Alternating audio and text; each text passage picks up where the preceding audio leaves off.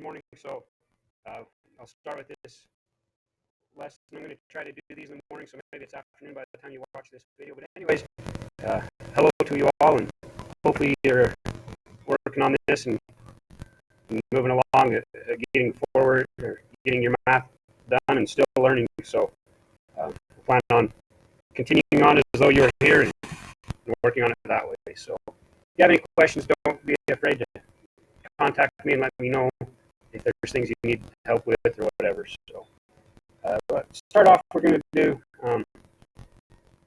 work on systems of equations and inequalities. Okay, eventually we'll get to the inequalities. Realize what this means is we have two equations, two unknowns, three equations, three unknowns. So I might have like x plus 2y equals 13. Maybe I have 3x minus 2y equals negative 1. So what you have is you have two systems of equation, or you have two equations with two variables. So this means that you're going to try to solve for x and y. I'll show you how to do this algebraically, and then I'll show you what visually this is looking like on a graph. So right now, if I were to add these two equations together, so like if I took this and said, let's add these two together, I'd get 4x, and my y's would disappear. And I'd get equals 12, and I'd divide it by 4, and I'd get that x equals 3. Once I know what x is, I could plug that in for x in either one of those equations and continue on and solving for y. And so what I get is I get an ordered pair. I get that x equals 3 and y equals 5. And I can write it that way. So when x equals 3, y equals 5. That's a solution that works for both of these equations.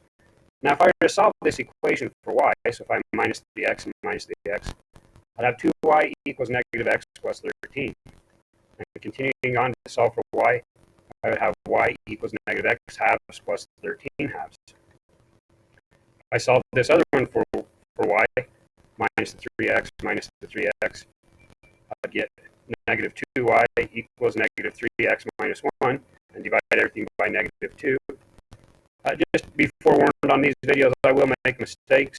I'll pretend that they're on purpose, so it gives you something to study and correct me on. But it happens, and I'll try not to, but I know I will eventually. So sorry about that when I do. So so now if I were to graph this,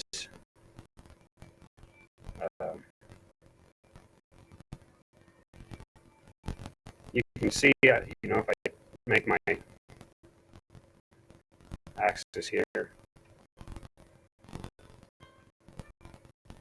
So if I started at 13 halves, so 1, 2, 3, 4, 5, 6, let's see, 2, 4, 6, 8. So that's 7. So 7.5 is right here. That should be 6 halves. So 13 halves is right there. Then I go down 1 over 2, down 1 over 2, down 1 over 2, and continue onwards. And connect your dots. And there's your equation of your line. Now if I graph the other one, starting at 1/2, and go up 3, 1, 2, 3 over 2, up 1, 2, 3 over 2.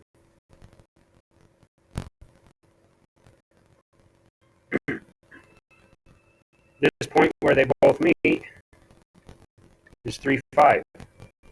So that's what we're really after, is we're saying we have two equations. What point is a solution? Or in other words, what point is on both graphs? So when you find this answer, that's what you're really after, or you're really finding is you're saying point 3, 5 is on both graphs. So that's the solution to these two graphs. We're saying that is when these two graphs have an intersection. That's all that it means. So if ever you get parallel lines, there's no intersection. They will never cross. across, and so therefore it is no solution. And so when you do all this work, you get something like 4 equals 7 or 0 equals 3. Those aren't true. 4 doesn't equal 7, 0 doesn't equal 3, and so that's no solution. Okay. The other one that you'll get is sometimes they'll disguise these equations, and you'll get one line here, and then you get another line that's the exact same line. And so then what you get on that is you get like x equals x or 3 equals 3, something that's true. And then what that means is there's infinitely many solutions. Now, not all solutions work because this point out here is not on the line. So that's not a solution to the equation. So that's why we say we don't say all solutions. Instead, we say there are infinitely many solutions, because along this line, there are infinitely many solutions that would work. Okay? So that's the difference between infinitely many solutions, no solutions, and infinitely many. One big L right there. Yeah. That's how you fix things on paper. You just make it bigger so you can't tell. Anyway, so that's what you're working on in the first section. This first method, people call it the addition method. I really call it the elimination method because we're getting rid of a variable. We're getting rid of the y's, or we could get rid of the x's. You know, if we would have wanted to get rid of the x's, we would have said, let's just multiply. Let's just multiply this top one all by -3, so that I get -3x minus 6y equals -39. And then the bottom one hasn't changed. Now to get -8y equals -40, you divide it by -8, and y equals 5. So you can multiply a whole equation, but you make sure you distribute it to everything. Okay? You can multiply both equations by something. So let's show you an example of a harder one on that. So let me find an example, create one. So here's a problem from the book. It's number 50. I look at this and I'm like, oh, fractions. I really don't want to deal with these fractions, so I'm going to get rid of them. So in this top equation, I see that the least common multiple of 2 and 10 would be 10. So you can get common denominator. You can multiply this by 5, multiply this by 10, and then I'll have the same denominator, and you can get rid of it. Because think about it this way. Say I had 3 plus 5 equals 8/10, and that would reduce. If I had 3 plus 11 plus 5 over 11, I still get 8 on the top, even though the denominator is different. So yeah, this is a different answer, but I could have 3 over 100 plus 5 over 100. That still makes 8 over 100. So once we get common denominators, we know these top things have to make things, the left side has to equal the right side. And I really don't need to worry about the denominator anymore, because once I have the same denominator, I'm just worried about the top parts being on the left equaling the stuff on the right. So that's why we try to get common denominators, so that we can just worry about the top part, and we can just get rid of the bottom. Okay? So anyways, that's one method to do it, is to multiply everything and get the common denominators. So I'm going to erase that and show you another method. The other method is to multiply by the least common multiple. So I can multiply everything by 10. And in essence, I get the same thing as what I just had with the common denominators. So I'm going to go 10 times x plus 1, all divided by 2. Well, 10 divided by 2 is 5, and I'm back to where I was with the common, when I said multiply the bottom by 5 and the top by 5. So it works either way, you get the same thing. Minus 10 times y minus 2 all over 10. So again, those 10s cancel out. So you're left with minus y minus 2 equals 10 times -1, which is -10.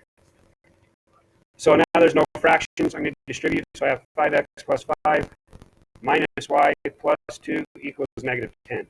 So that's just the top equation. I can simplify this. 5 plus 2 is 7. So So I have 5x minus y plus 7 equals negative 10. Minus the 7 minus the 7. 5x minus y equals negative 17. Now, just because I'm using a different example, I want to show you a different method. This is called substitution. I'm going to solve for this y right here. Okay, so I'm going to minus the 5x over. So negative y equals a negative 5x minus 17. Realizing this problem, elimination probably will be easier, but I want to show you a different method, so I am showing you substitution, okay?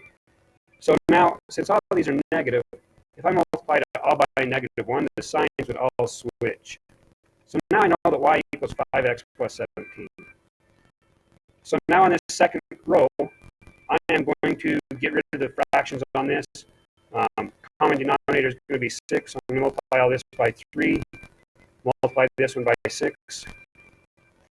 And that gets rid of that makes it so the denominators are all the same and I can drop them. So I'm going to have x plus 1 plus 3y minus 6. So that's distributing to 3 equals 21 times 6, which is 126. So x plus 3y minus 5 equals 126. So I'm going to add the 5 and add the 5. X plus 3y equals 131. So realize I could have solved for x right here.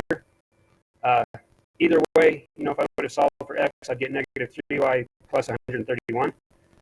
With substitution, once you get it solved for a variable, you're going to take this and you're going to plug it in for the x here. You can plug it in for here. It doesn't matter where you plug it into this equation, but you can plug it into the other equation and solve for the remaining variable, because once I plug in this negative 3y plus 131 in here for x, everything will be in terms of y. Like I said, I'm not going to use x, I'm going to use the y from before. I just wanted to show you that you could. So I'm going to take this y equals. I'm going to take this y equals, and I'm going to plug it right in there for that y. So I have x plus 3 times 5x plus 17 equals 131. So now I distribute that 3, so I have x plus 15x plus 51 equals 131. So I minus the 51 from each side, and I get 16x equals 80. So now I divide it by 16. So I go to my calculator, 80 divided by 16 is 5. So I come back to my problem, and I say x equals 5. The nice thing about substitution is once you get what x is, it's really easy to find out what the other variable is because it's set up for you. Okay, so 5 times 5 is 25 plus 17 makes 42. So there's my y value. Like I said, it's set up for you, y equals 42. Okay, so you don't have to do anything more than plug that x right into there and then solve, and that gives you your y value. So these would intersect if you were to graph these when x is 5 and y is 42. So that's the notes on this section 1. So there's 2 different methods that you're going to be able to use. The first method is addition or elimination. And this is when we try to get rid of a variable. Okay, you can multiply both equations by a term. So multiply equations if need be by a constant term.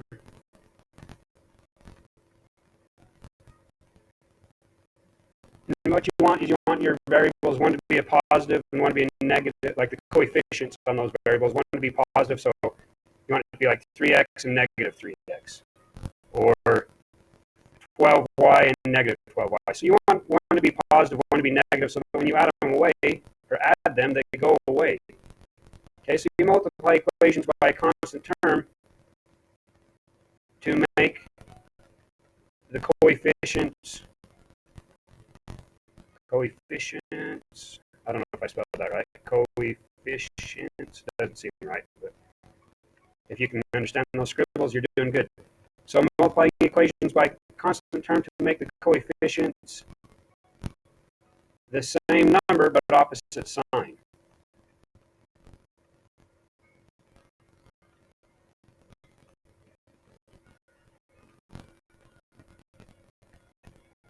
Okay, so anyways, that's the elimination idea. And you're going to solve for the variable that's left, get that answer, plug it back into either equation, it doesn't matter, and solve for the other one. The other method is substitution. So you solve for a variable, solve for a variable in one equation. So what I mean by that is you're going to get x equals or y equals from this first equation or the second equation, whatever one you choose. Then you're going to take that number, plug it, or take that answer and plug it into the second equation. So make sure you put it into the second equation. Don't plug it back into the first one, into the same one that you solve for, because then everything goes away. And you're like, oh, it's infinitely many solutions, and then you get it wrong, and you're all disappointed, and it's like, why? And anyways, so make sure you plug it into the second equation. So you're going to solve for a variable in either equation, and once you get that, you're going to plug this back into the other one. So plug this answer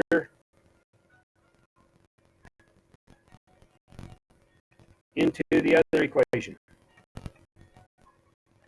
So that's a synopsis of elimination and substitution. So that's what the first section is. And there's some story problems and things. I'll work on those as another video. So.